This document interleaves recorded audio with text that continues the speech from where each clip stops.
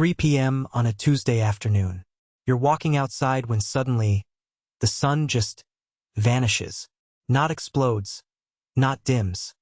Completely disappears as if someone flicked off a cosmic light switch.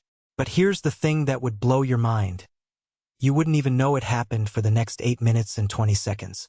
You'd keep walking in bright daylight, completely unaware that the most catastrophic event in human history just occurred.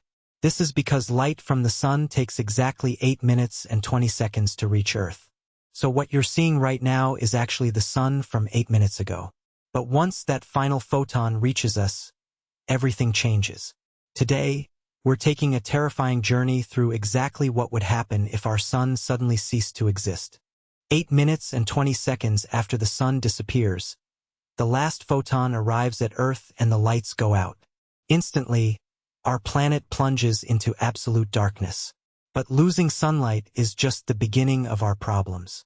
Without the sun's massive gravitational pull, Earth immediately stops orbiting and starts flying in a straight line through space at 67,000 miles per hour. We become a rogue planet, hurtling through the cosmos. The moon, no longer held in Earth's orbit by the delicate three-body gravitational dance, would likely drift away into space. GPS satellites would lose their positioning reference points and fail within hours. But humans? We'd probably be too shocked by the sudden eternal night to notice the navigation problems. The psychological impact would be immediate and devastating. Imagine every person on Earth simultaneously experiencing the most profound darkness they've ever encountered. Within the first week, the real killer begins: cold. Without the sun's energy, Earth's average temperature would plummet from 59 degrees Fahrenheit to negative 400 degrees Fahrenheit in just 1 year. But the decline starts immediately. Surface temperatures would drop below freezing within days in most locations.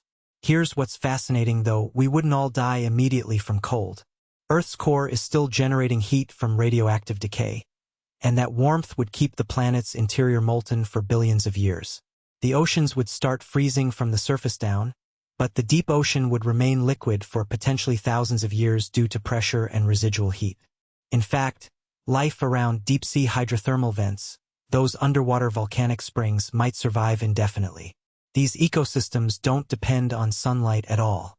They get their energy from chemosynthesis, converting chemicals from the Earth's interior into usable energy. So ironically, the most alien-like life on our planet might be the only survivors. But what about human survival? This is where it gets surprisingly hopeful. We might actually have a fighting chance, at least for a while. The key is geothermal energy and nuclear power. Countries like Iceland, which gets most of its energy from geothermal sources, would be in the best position. Nuclear power plants could theoretically run for years with proper fuel management. Underground facilities would become humanity's lifeboats. The deepest mines and subway systems would maintain more stable temperatures longer. In fact, some calculations suggest that with proper preparation, underground cities powered by geothermal or nuclear energy could sustain small populations for decades, maybe even centuries. The real challenge wouldn't be energy, it would be food production. Without sunlight, photosynthesis stops immediately. All plants die within weeks. But here's a wild thought. We could potentially grow food using artificial lighting powered by nuclear or geothermal energy. Mushroom farming, which doesn't require sunlight, would become crucial. We'd essentially have to recreate a mini ecosystem underground. Now here's where the timeline gets truly mind-bending. After about a year, Earth's atmosphere itself would start changing dramatically. Without the sun heating our atmosphere, the water cycle completely stops. No evaporation means no clouds, no rain, no weather as we know it. The atmosphere would gradually start condensing and eventually freezing out of the sky. First water vapor, then carbon dioxide, and finally even nitrogen and oxygen would turn into snow and fall to the ground. But this process takes time. We're talking about decades to centuries. The good news? This atmospheric collapse would actually create a natural insulation blanket around the surface, potentially slowing the cooling process. It's like Earth would be wearing a thick coat made of its own frozen atmosphere. Meanwhile, our planet continues its lonely journey through interstellar space at incredible speed. In about 100,000 years, we might encounter another star system. If we passed close enough to a star, Earth could potentially be captured into a new orbit, and life could theoretically restart, though any humans would be long gone by then. So what's the ultimate timeline for humanity's survival? If we were completely unprepared, most people would die within the first winter from cold and starvation.